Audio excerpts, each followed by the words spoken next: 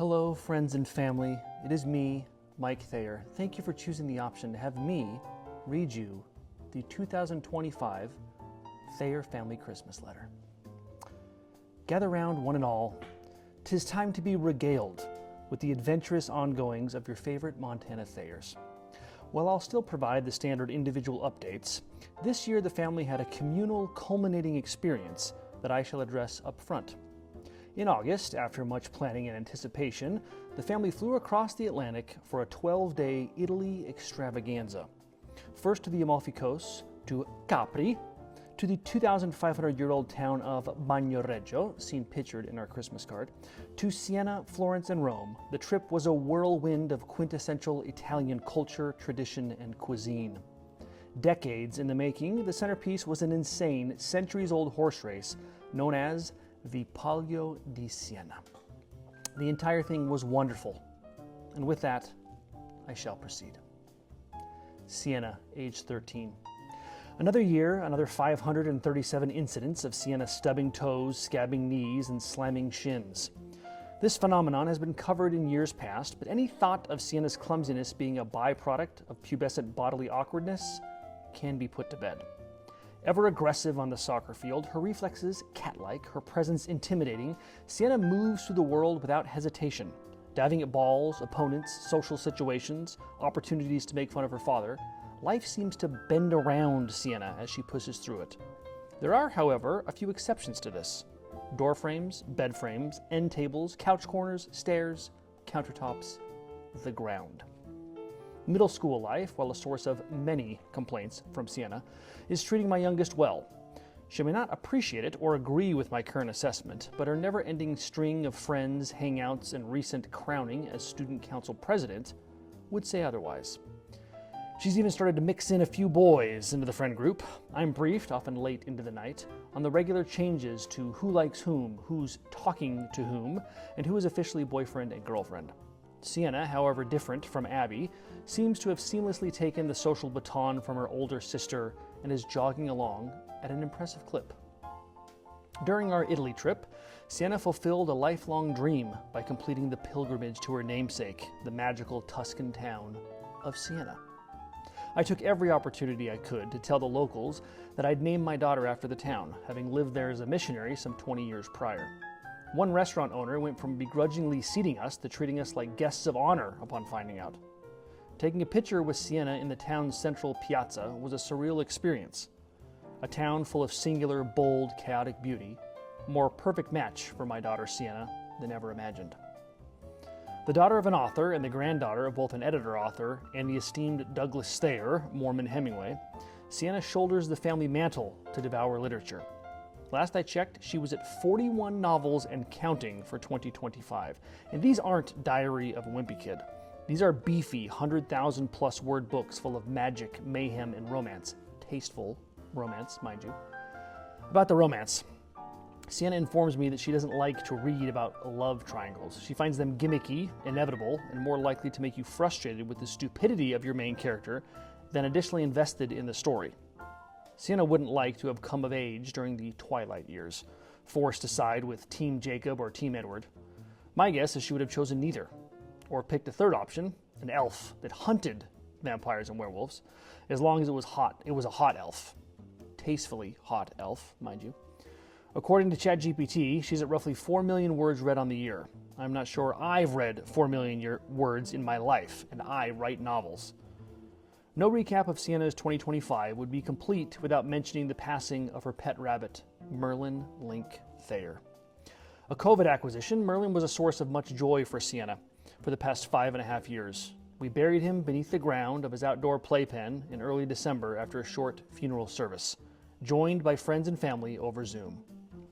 Godspeed, my friend. Owen, age 16. Sure, Owen grinded and made the varsity tennis team, but the true measure of success of any year for Owen is in fish caught and moose and bears spotted. By those metrics, 2025 was generationally fantastic. Double-digit moose, numerous bear encounters within 30 yards from the safety of the car, and nearly 100 fish caught.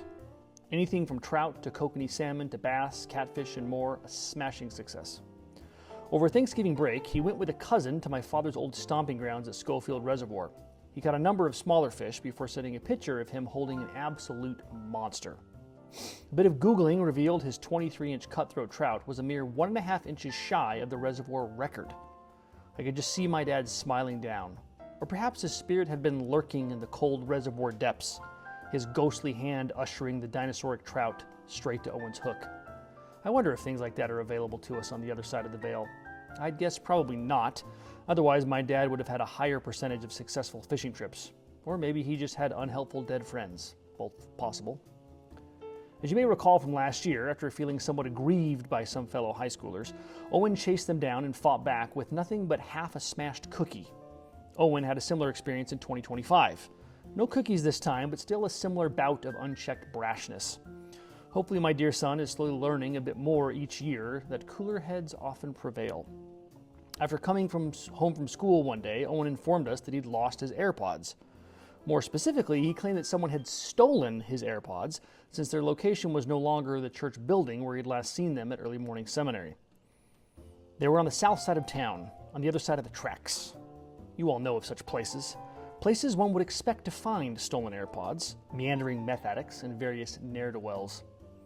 I'm going to go knock on the door and get them back. The injustice had summoned forth aggrieved Owen, and he would demand satisfaction. And so, unbeknownst to Jill and I, Owen drove down and knocked on the door. They told him they didn't have the AirPods and to get lost. But the AirPods were there. He could see their location plain as day. That night, Owen realized the property was a duplex, and he probably knocked the wrong door. Jill and I finally got involved and did our best sleuthing. Identifying from city records who owned the property, we linked the last name to some members of an adjacent congregation, an adjacent ward.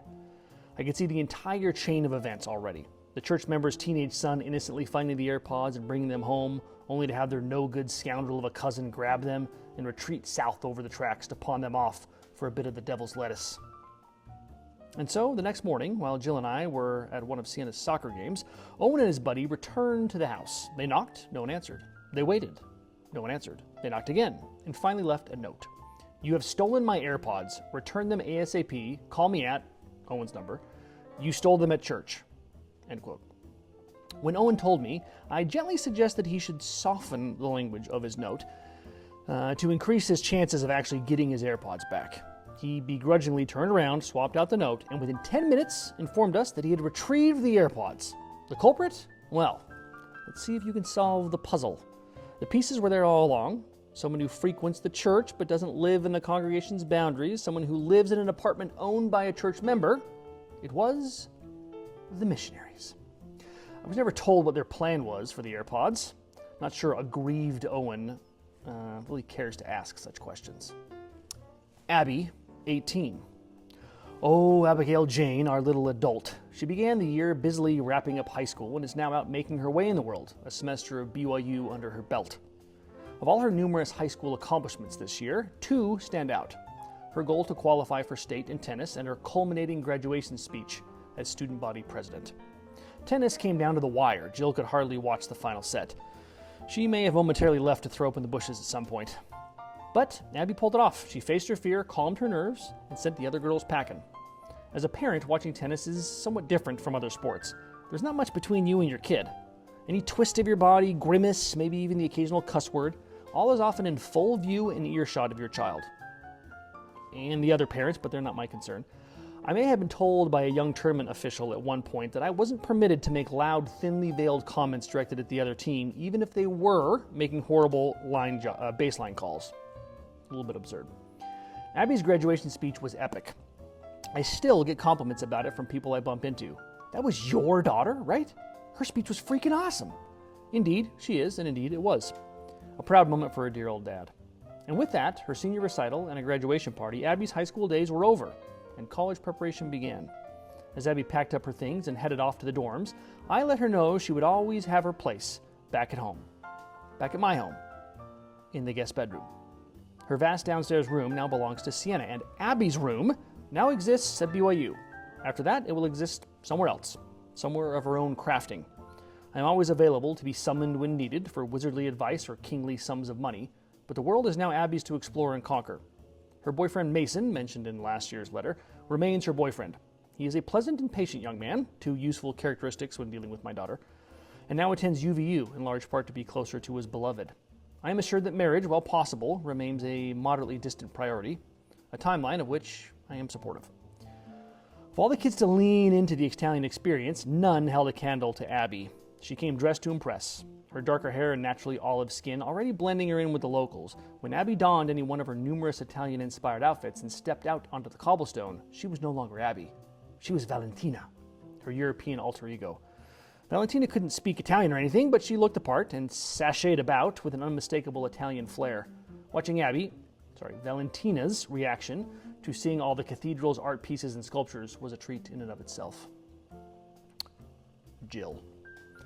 If you were to have given me 100 years with no hints to guess the 3 things that would define my wife's 2025, I'm not sure I could have gotten more than one. Number 1, Dancing with the Stars. I could have eventually gotten that one. Number 2, Eagles. Number 3, Nintendo? Like many women, young and old, Jill was obsessed with this season of Dancing with the Stars, making special time to watch each episode with Sienna.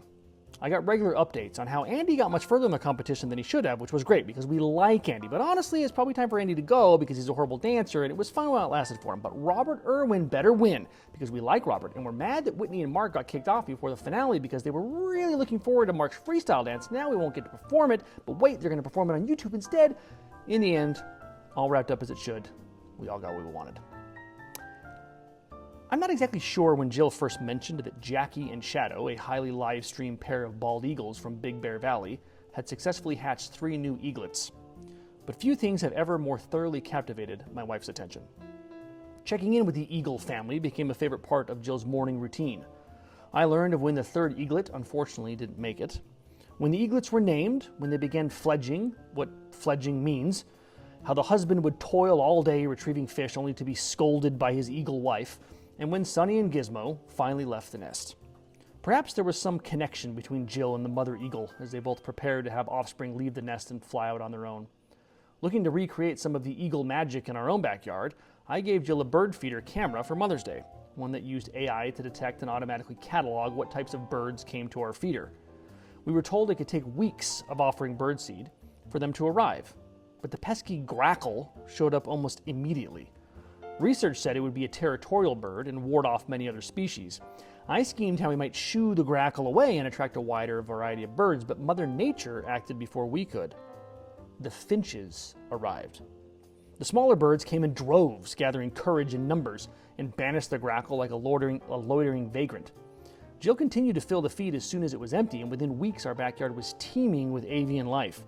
Fights broke out in nearby bushes and trees, occasional puffs of feathers accompanied by frenzied squawking. I received texts that informed me what used to take weeks, the birds now ate in a day. The finches are going to clean me out, Jill sent. I might have 300 visits by the end of the day. Jill had gone from a distant admirer of eagles to mother of birds herself. She worried that she somehow offset the local bird balance. I assured her that she hadn't. Hindsight has me less sure than I once was. With our youngest now a teenager, we decided to clear out the old toys in our cubbyhole and make something of the space. After some deliberation, I decided it would make the perfect little retro video game hideaway. Having saved all my video game systems from the original Nintendo onward, I began canvassing local pawn shops and eBay to buy up all my favorite games from my youth. It wasn't long before I had a comfy little retreat. And then, one day, Jill asked about Mario on Super Nintendo. What happened next was a blur. I'd look for Jill in the evenings, canvass all of her regular spots, in the hot tub, in the gym, on the bed. Where was Jill? She was playing Mario. She'd pushed through hard levels, only occasionally asking me for help. After 20 years of marriage, my attraction for my wife grew unexpectedly deeper. The family received a video of her defeating Bowser. She asked if there was a sequel. She beat the sequel. What was happening? I wasn't sure. I'm still not. I just knew that I liked it. A lot. Mike. It was a true hero's journey year for me, from the lowliest, most dejected of states into the unknown and back again, returned a new and changed man. Some 13 years ago, I underwent back surgery to address crippling sciatica down my right leg. While the sciatica was mitigated, I have been hampered my entire adult life from a bad back. In November 2024, the sciatica returned with a vengeance down my other leg to the point where I struggled to dress myself. When you add a 3.5-foot long shoehorn to your Amazon cart, you know something has gone horribly wrong. And so, like any reasonably desperate person looking for a robotic enhancement, I sought out the finest German surgeon, flew to Dusseldorf with my wife, and had 2 artificial discs inserted into my lumbar through my stomach. The result has been nothing short of miraculous. Never in my life did I think I could feel as good as I feel today. 3 weeks out from surgery, I gingerly stood before hundreds of aspiring teen authors and delivered a passionate presentation on the hero's journey, just as I was ascending from my very own belly of the whale. If you know of a neurosurgeon in the US who only recommends fusions and microdiscectomies for disc-related issues and doesn't recommend artificial discs, know that I hold said surgeon in the absolute highest contempt. I wish his soul racked with 1,000 jolts of taser-grade sciatica. This person could be someone you respect, a beloved uncle. It could be you. I don't care. Contempt. Shame be upon this person, and eternal praises be upon the German man who fixed my back with expertly placed titanium end plates and a polycarbonate urethane core. My other trip to the hospital this year was for my 4th kidney stone. With my wife out of town, Abby got to be the one roused from sleep at midnight to take her dad to the hospital. Poor girl never even put on shoes and had to ask the nurse for a pair of flip-flops. I didn't intend for this letter to be a list of my grievances with the American medical system, but I have to say, we need to do something about how we triage kidney stone patients. I fully understand that I'm coming to the emergency room with the least life-threatening condition of the bunch. I get it. But I'm also coming to the emergency room with something that scores higher on the McGill pain scale than unprepared childbirth and amputation of a digit. 15 seconds. That's how long the doctor needed to see me before prescribing me the blessed deluge of narcotics. 15 seconds. I plowed through over 3 hours of blinding kidney stone agony for a problem that doctor could solve in 15 seconds. Shame. Shame. Knowing that I will undoubtedly have to pass more kidney stones in the future, I took the time this year to level up my pain endurance and built a cold plunge in the backyard. Chilled, filtered, insulated, and ozoned, my cold plunge sits at a permanent 42 degrees Fahrenheit. I hate doing it. I dread it every single time. But I gotta say, the hype is real.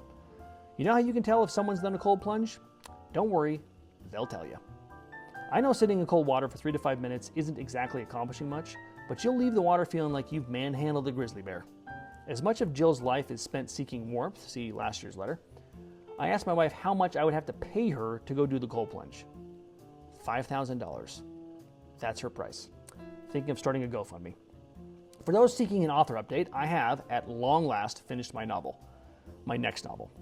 The longest, most ambitious project I've ever attempted. A Place Among Heroes took me twice as long as any other book to get right. 30 months of toiling late into the night, and we're finally ready to shop it around to publishers. There are no guarantees in life, and even fewer in the publishing world, but I'm hopeful it'll get picked up. If it does, I'll tell the world quicker than if I'd taken a cold plunge. I will end by recounting some special moments during our Italy trip. In addition to being a magical family vacation, there were a few unexpected things that made the trip personally memorable. Years before the Rome Temple was built, I used to live on that property. Our villa was on the very spot the temple now sits. Going to see it all was special in and of itself, but when we went to the visitor center, we were greeted by half a dozen sister missionaries. One was teed up to give us a tour, but she had to leave, so she passed us off to a different sister missionary. This sister was from Australia, which was cool and special because we used to live there. Her missionary companion was from Houston, which was cool and special because we used to live there. And when the sister missionary said her name, I thought I'd heard it wrong.